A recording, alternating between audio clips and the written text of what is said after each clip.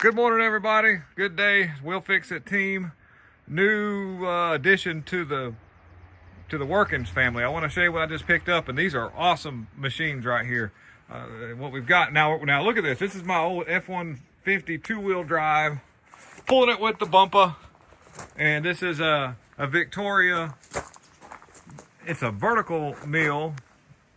That's can do all kind of stuff. Just picked these up here the other day. That's cutting oil that came out of it. This is, I always get my wife to stand up here to show you how big this thing is, but it's huge. It's big. It's got, of course, your milling head, and it's got the power table and everything. And I'm going to have to do a little research to figure out what year these things were made. Made in England, exclusively for agents for the USA. So maybe this thing was possibly military at some time, but it was designed to run off of a 60 cycle, or 60 cycle. And I think this one's 3-phase 220.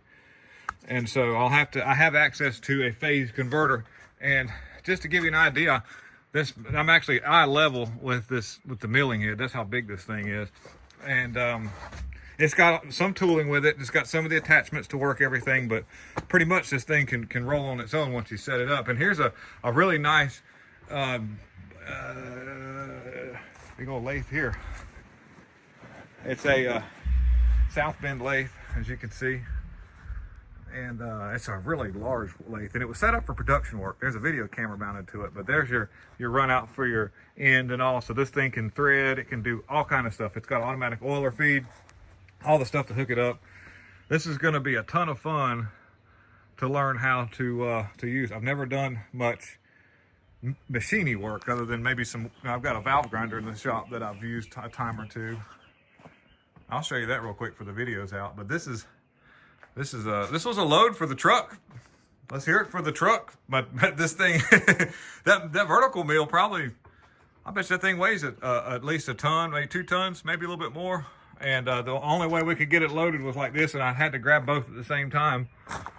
And like I said, I'll need a little bit of work here and there to finalize it, but I've got a friend of mine, Jonathan Winters, that lives close by, and he'll help me get this stuff up and running. I'll have to find an end plate for that to hold things so I can put a drill bit and stuff in there. But I'll show you my valve grinder. It's the opposite of that far as size. There's the valve grinder right there. It's no Black & Decker pecker wrecker, we called it back in the day, but it actually works. It's plugged in, and you can actually grind valves with it right now.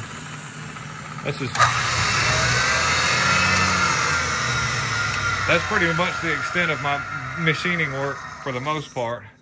But I think, like I say, with that vertical mill, I can even surface heads with it. There's a lot of things. I don't know.